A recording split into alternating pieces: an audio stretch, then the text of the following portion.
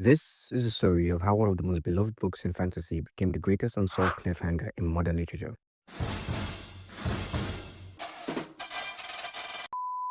It's got magic, tragedy, a genius protagonist, literally one of the best ever written, and it's been stuck for 14 long years. In 2007, The Name of the Wind quite literally bowed into the scene. We had millions sold, awards everywhere. It was supposed to be the next Lord of the Rings, the next Game of Thrones. In 2011, bam, book two, The Wise Man's Fear. It dropped, smashing the New York Times bestsellers list in just its first week. The hype was off the chart at this point. Like, this was meant to be the best trilogy of all time. But then it started to go down. Like it's about to go down. 14 years ago, the final book, The Doors of Stone, was of course right around the corner. When things started to go more than a little bit south. Weeks turned into months of waiting, months to years, and years to decades. In 2020, things went nuclear. Patrick Rothfuss, editor, and by the way, Patrick Rothfuss is the writer of The Name of the Wind, his editor admitted that she hadn't read a single word of the final book. Stay tuned because it only gets worse. So here's what Rothfuss does. Rothfuss runs a charity fundraiser, promising that if his World Reader campaign hits certain stretch goals, he'd release a chapter from The Doors of Stone.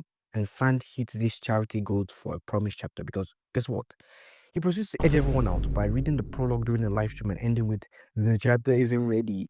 Now sit back and imagine how this made the fans lose their minds. And here's why the pain runs so deep if you're wondering. The first book wasn't just an epic, it was raw. Kavot loses both his parents in one moment and then proceeds to grow up in utter crushing poverty. Now, if you've ever been broke, you would know the truth in those pages. Oxford captured poverty so vividly, it actually stings to remember. And for someone who comes from somewhere who's relatively poor in a third world country, it's actually very close to home. Kavod spent years in Tarbian, a city that eats the weak. He begs, he steals, he sleeps on the bridges, he goes hungry. He learns what people will do, what he will do, just to survive another day. It's uncomfortable and it's if you've ever been that poor, it will certainly give you flashbacks. But it's also honest. The story shows the desperation of human nature when stripped of comfort and security. And through it all, Kavot is smart, not just book smart, frighteningly intelligent. As a child, he is a prodigy in music, in observation, in picking things apart and learning them faster than anyone else his age, and even those older than him.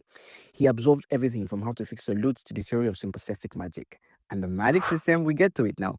It's part science, it's past mystery, right? No one's summoning fire out of thin air here. You need a source of heat from, for example, to make something like fire, a link as it is called. There's an almost scientific approach to it where energy and logic mattered. And Neiman of the Wind, yeah, that's still one of the most goosebumps inducing moment in the fantasy, right? So it's a combination of a soft and a hard magic system. All of this is why we're still in book purgatory more than a decade later. Anyways, I won't be miserable alone. I'm taking all of you with me. So read the King for the Chronicles and join the rest of us in this limbo. Hope to see you soon. Light be with you all.